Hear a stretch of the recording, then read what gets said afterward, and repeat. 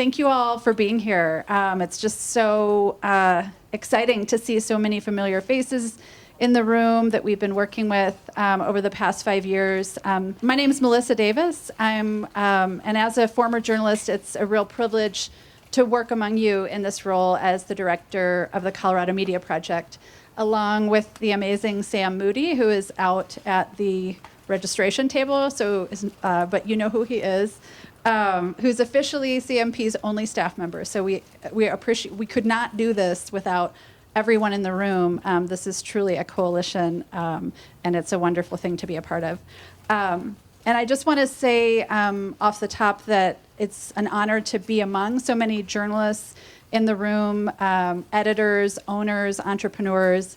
In the field today, these are some of the most dedicated, innovative, bravest, and smartest and most mission-driven people that I know, and I really appreciate all of you. Today, this is what just today's agenda looks like. There's an agenda on the table. We're hoping that this will be a really special conversation, very forward-focused, inspiring, possibly a little scary. But ultimately, we hope it's going to be motivating for all of us as together we develop a clearer, more cohesive vision for what a healthy local news and information ecosystem could look like in Colorado in 5 years. We want to encourage you to acknowledge the threats, lift up opportunities, even call out some action steps by the end of our time together, so that each one of us leaves the room feeling excited about where the road lies ahead. But before we look ahead, I want to take a few minutes to look back, because 2023 is CMP's 5-year anniversary. Yay! Woohoo! I want to quickly acknowledge and recognize a few people in the audience. And would you just stand just for a minute while we kind of go through a few things? A special welcome to JB Holston. Yay, JB! JB started CMP in the summer of 2018 as a project of the University of Denver to address this catalytic call to action. I think most of us remember this moment when this was a wake-up call, really, from journalists to the community. Consider this a signal that we ought to demand better. My boss, Tom Goujon, who is also in the room, and sorry, I caught him chewing. Thank you. President of the Gates Family Foundation, who helped launch the Colorado Media Project with a relatively small grant to DU, and JB and his team of students and partners at BCG and elsewhere, kicking off our summer of research, where we really got smarter as a community about what was driving the dramatic decline in local news, and most importantly, the negative impact it was having on Colorado communities. So, bear with me, it might be hard to see, but I just love this shot from 2018. It was a room like this, not unlike this. It's one of CMP's first meetings at DU. It was the first time that we gathered as this ecosystem to do some design thinking about the future of local news. And so here from the left, you can see the lovely Linda Shapley, who is over here at our front table. She's the publisher of Colorado Community Media, which is the state's largest locally controlled community newspaper group, thanks to the National Trust for Local News and many Colorado partners that made it happen. Next, in the middle, you can see Alan Gottlieb, who's co-founder of Chalkbeat, which is one of the strongest nonprofit newsrooms in the nation and a model for delivering local news. Erica Meltzer is here with us today, Bureau Chief for Chalkbeat, Colorado. Let me see if there's Erica, yay! And then you can barely see her, but she's over the shoulder is Laura Frank. There in the middle, she's now the director of CoLab, a coalition of journalists from 175 plus newsrooms working to strengthen local journalism through the power of collaboration. Laura, where are you? There she is, yay. And then next we see Dana Caulfield there on the right. Where's Dana? She is that same summer of 2018, Dana co-founded the Colorado Sun, which just celebrated its 5-year anniversary with an announcement it's becoming a nonprofit newsroom. Dana is here today, along with Tamara Chong, Larry Rickman, and others from the Sun. Just wave and be recognized, please. And I just want to call out, too, there next to Dana, there's Jeff Roberts, which, thank God, he is still with the Colorado Freedom of Information Coalition, who everyone in this room probably depends on. So, and then I think, oh, yes, on the far right, I don't even think you can see me, but I'm in there checking my phone or taking a picture or something. And in the next year, in 2019, we hired CMP's first director, Nancy Watsman, who is also here with us today. As a table host, where's Nancy? Sorry. Anyway, Nancy is going to be here, who many of you know, did some amazing things in CMP's first year. And before long, Colorado was suddenly in the national spotlight as a beacon of hope for the unique approach that everyone in this room together is taking here in this state, trying to rebuild a local news ecosystem. And this is kind of pretty cool. The journalist who wrote this article for Nieman Lab back, I think, in 2019, Christine Schmidt, is here with us today, too. She is now a program officer with Democracy Fund. Where are you, Christine? There she is. Yay. And which, along with Gates, Democracy Fund has been a core supporter of the work here in Colorado and the ecosystem building approach from the beginning in states across the nation. So we're really thankful to have you as a partner. Okay, so, but in a room full of journalists, what the heck is an ecosystem, right? Like, we use this, it's jargon, journalists hate jargon. So again, from Democracy Fund, just a real quick definition. Fundamentally, it's about putting a place and the people at its center of our thinking. It starts in a different place than the typical industry narrative with a number of journalists, the number of newsrooms. And it starts with asking ourselves these human-centered design questions, with nods again to JB and Scott Romano and the students at University of Denver who started CMP on this path. So it's about asking ourselves things like, what kinds of local news and information do people need to manage their daily lives and make informed decisions as voters and to participate meaningfully in society? What kind of information is currently available to them? How do they access it and make sense of it? What kinds of opportunities are there for people to engage with information through discussion and debate? And how do the answers to these questions differ according to a resident's income, race, age, and geography? And so these are some of the things that and who is part of a community's public conversation and who is not. And so these are some of the focusing questions that we'll kind of dig deeper into in just a moment. But first, I want to kind of go again, kind of on the quick tour of all that the folks in this room have accomplished in the last 5 years, to just have some celebration of where we are. You know, one of the first things that Colorado Media Project tried to do was open up this conversation so that journalists knew that they did not bear the burden of saving democracy alone. We started out with a big idea to engage more Coloradans in shaping the future of our local news and information landscape. We commissioned 3 statewide audience surveys in 2018, 2019, and 2020 to learn more about what Coloradans want from local news, how they consume it, and why they would pay for it.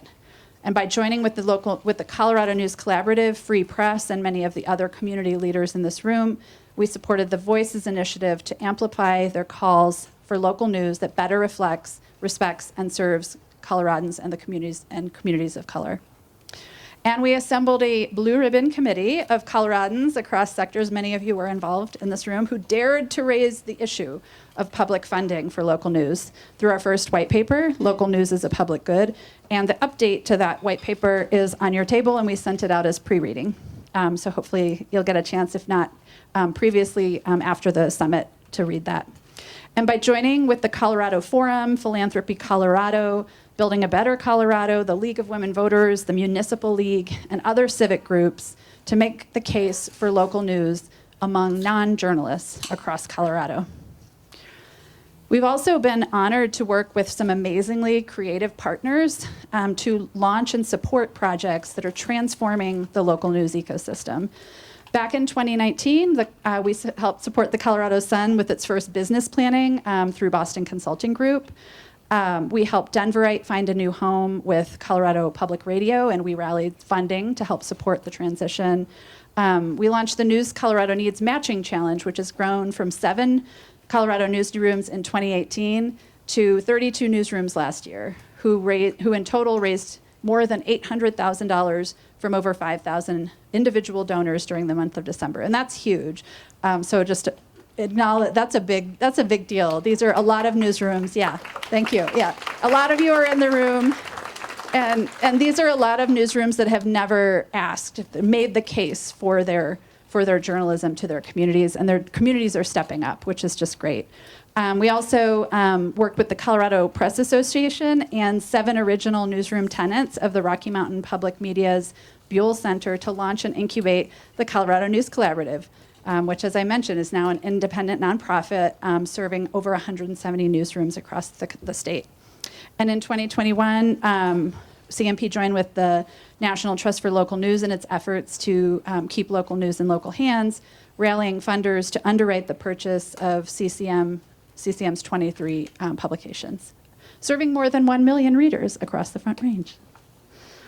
And then finally, I want to say a word about resources, because I think it was always CMP's goal to bring more additive resources into the ecosystem, to really have a laser-like focus on rallying funders and capacity builders to focus their attention and offer their services here in Colorado. And so this is really a core strategy of CMP's, is to establish Colorado as a national leader in innovation and amplify the good work that's going on in the state and be a connector to make sure that some of the resources that flow into the national space make it down to newsrooms and to communities in Colorado. So none of this collaboration with CMP is not just among newsrooms. The big bets that we've been able to invest in here in Colorado are really thanks to this amazing constellation of funding partners. Representatives from most of these foundations are in the room with us today, seated at your tables. We've assigned them the role of scribes in many cases because they want to be listeners. They want to be hearing what's going on in your newsrooms and in your communities and learning from these conversations. And because CMP is a fiscally sponsored project of Rose Community Foundation, that means we can pool funds from these statewide and national foundations and even hyperlocal foundations, and offer open call grant programs that are accessible to the entire statewide ecosystem of local news partners, regardless of format or tax status. And that's pretty huge because, as I mentioned, some of these newsrooms, especially our rural and ethnic newspapers, some of their first philanthropic dollars have come through CMP because we are able to do that through the partnership with Rose Community Foundation. And since 2018, which is again our five-year mark, we've raised more than $6 million for local news directly, and we've helped to rally millions more in direct grants and impact investments for Colorado's local news producers and civic media ecosystem. And again, nods to my colleagues Sue Dorsey and Tom Gaujon at Gates, who have been instrumental in really getting people to think differently about impact investing in our local news ecosystem. So thank you. And in 2022 alone, CMP provided more than $772,000 in direct grants to 62 different newsrooms and ecosystem capacity builders and projects across Colorado. So a lot of you are here today, and it's just such an exciting number to be focused on. And we're so, why does this matter, and kind of what's a macro conversation going on in our ecosystem today? We're so excited that a growing coalition of local and national funders is recognizing that the future of local news is closely tied to community cohesion, civic participation, and democracy itself. Most of you have probably heard this big news, Press Forward. There's a lot of national foundations that have committed at least $500 million. They're hoping for even $1 billion in new resources to local newsrooms nationwide. So I want to frame today, in a bit of this context, how might we as a state ecosystem make the most of such an investment? Obviously not all of this money, or even, we don't even know if any of the money will come directly to Colorado, but what if? Are we ready? What would that look like? And what would we invest in? And so we want to today think about priorities, vision, and kind of come together for a cohesive vision about where we want to be in 5 years, so that collectively we can continue to be on the forefront of innovation and transformation in local news. So very quickly, let's see, what's my time? Okay, I'm going to go through these slides really quickly because this is just some data, and hopefully you've read a bunch of it in the paper. And so I'm just going to flash a couple of data points up on the screen to frame us as we get ready to talk. As I said, ecosystems are made up of more than just news outlets. Sometimes I think as a journalist we might forget that. There was a day when we were the arbiters of what people learned about in a community, and that's not the case anymore. So that's why we partnered with Corey Hutchins and his students at at Colorado College, and some researchers at the University of Denver, and CoLab and Harken to create this local map, which for the first time attempts to get our arms around this question: who do you turn to for local news and information? The answer often depends on who you are, where you live, and what your life is like. Race, class, neighborhood, education, and language all play a role in who we trust and where we turn. So the answers that Corey and his students got were incredibly varied: church bulletins, neighborhood listservs, civic groups, libraries, government agencies themselves. Corey's map has a lot of anecdotal data about each of these. There's more than 71 non-traditional local news sources. We released the map last year at the CMP summit.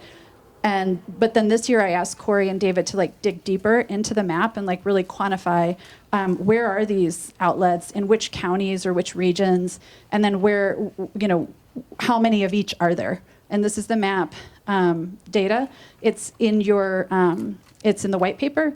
560 traditional media outlets. Wow, that was surprising, right? Seems like a lot of news sources, right? It's probably just scratching the surface on these non-traditional ones. This is just people who answer the question in 64 counties Corey's students talked to and said, named some things about where they get local news.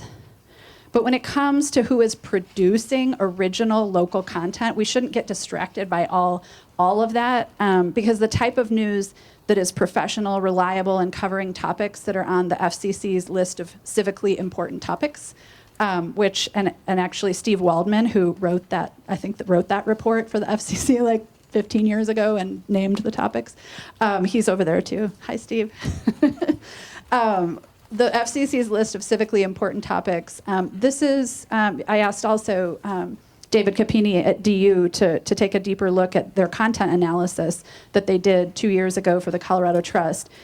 And he looked at what types of newsrooms were producing original and local content. And it's not really a surprise, but it's great to have the data, that 40% of the original content is coming from newspapers and 30% from radio. And then 59% of the local content is still coming from newspapers. It doesn't mean necessarily that everyone's interacting with this information in print. This is some information about, from our statewide survey last summer. Just a reminder that 79% of Coloradans, if you ask them where they get their local news, or where they encounter local news, it's on their mobile phone. And I just, challenge all of us: how much of your strategy in your newsroom is dedicated to reaching people on their mobile phone, right? It's kind of sobering. Colorado's, so I guess another thing that we've, really learned in a real visceral way this year is how important print still remains. In just the business model of sustaining this production of this news, regardless of where almost every newspaper in the state has a digital version, but their print product is where they're still making money, and it's subsidizing the distribution on the digital. And if we think of it as two completely separate businesses, what happens when the printing presses stop? That happened in Pueblo. 80 local publications had to find within 2 months a new place to print. That was a really big fire drill, right? And thanks to our partners at Colorado Press Association and CoLab and Linda Shapley and her team at Colorado Community Media, we're making it work within the ecosystem. Like, we're figuring it out. But it's a big deal, and it's a thing we're going to have to grapple with moving forward. So all that's kind of mildly bad, ranging from like mildly bad to like, oh, kind of scary. So let's go into happy stuff now, right? So here's the upside of all this, right, guys? Americans trust local news organizations. And of course, it's not the same in every community. There are reasons why communities of color mistrust news organizations. But 3 in 4 Americans have high or moderate trust in local news organizations. Compared to national news, that's good. We're in good shape there. The message for local newsrooms should continue to be, we are, when you're making your case, we're your neighbors, we're your small business owners, or we're local nonprofit here to serve this mission in the community. And as we think about, gaining more people to the cause, those are some powerful messages. And some opportunities here too. What do Coloradans want from local news? They want important things. They want accountability for public officials and to hold the powerful to account.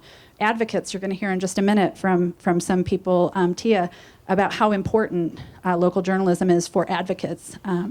And nearly half of residents, 48%, describe state and local media's ability to hold leaders account is fair to poor. And I think we know why that is. It's a lack of capacity at the local level, or lack of bodies.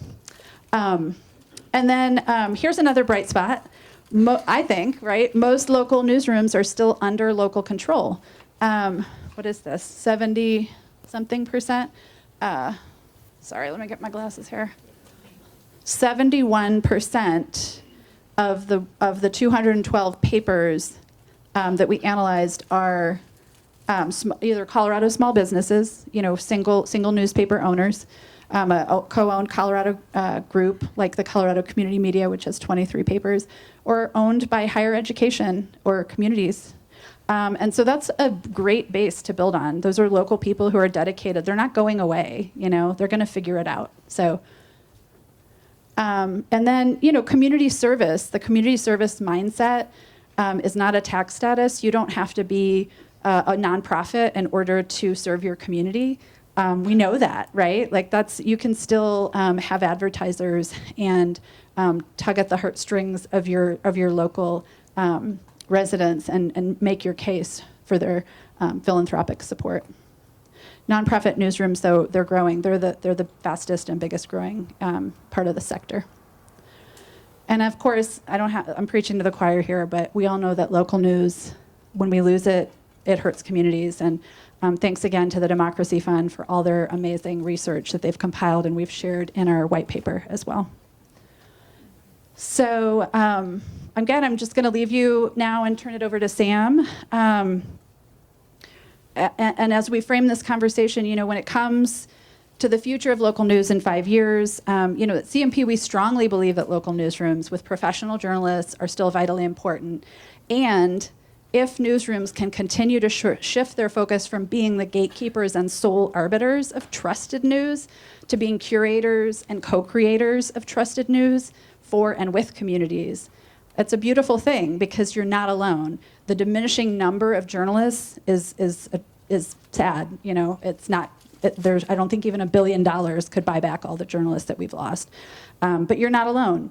In local news, you have your communities, and there's a growing group of people who want to be a part of the local news ecosystem. So with that, I am going to hand it over to Sam to thank our table hosts and scribes.